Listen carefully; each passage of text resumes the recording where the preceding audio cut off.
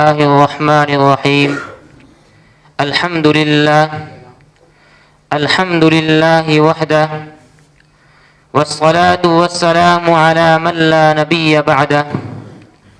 أما بعد، فحضرة الرئيس وإخواني الأعزة، أولا أشكر الله سبحانه وتعالى على أن أسعدني بالحضور في هذا الحفل، وشرفني بأن نخاطبكم حول موضوع قيم عظيم يجدد لنا المعرفة والوجدان، ويبعث فينا الغيرة والإيمان، ويقارن بين أمجاد الماضي ومآسي الحاضر مقارنة دقيقة أمينة تشفي العليل وتروي الغليل وتحدد الأمة إلى سواء السبيل.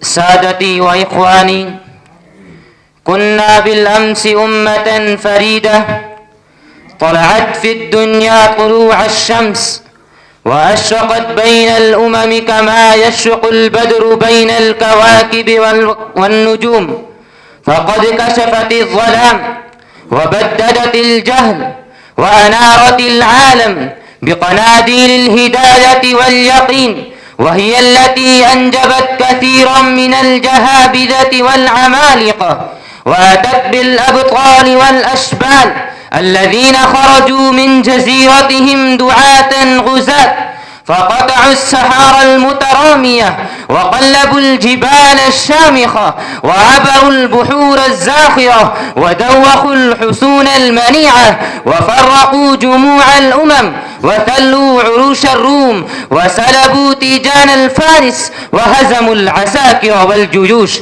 ورفعوا لواء الدين في العالم جنوبه وشماله، ونصبوه في الدنيا شرقها وغربها حتى خرقوا السحاب وقتاسوا النجوم وسيطروا على الخضراء والغبراء بإيمانهم العميق وعزمهم القوي وهدفهم العظيم الجياش.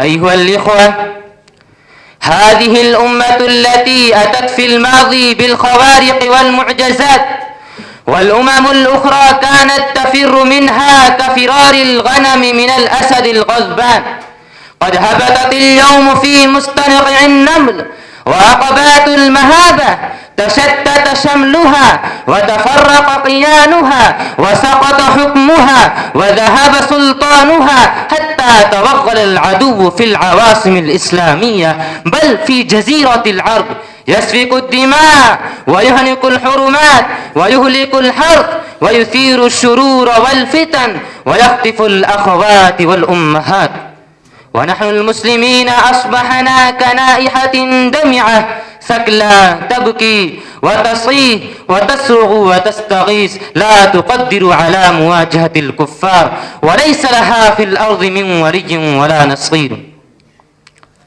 أيها الحفل الكريم، كان الصحابة مسلمين ونحن أيضا مسلمون، فكيف حدث هذا الفرق بين عهدنا الماضي وعصرنا الحاضر؟ هل تبدل الدين؟ هل تبدل القرآن؟ هل تبدل الرسول؟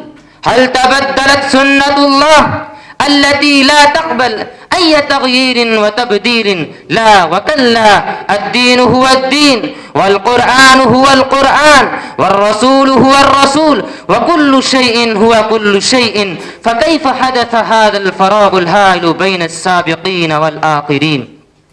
ها هو السؤال.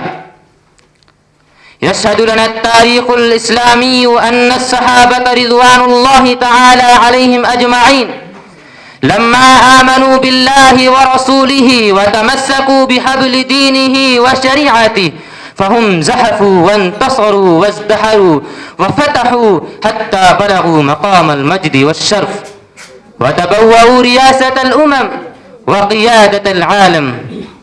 لكن عندما أسلمنا وادعينا بحب الله ورسوله.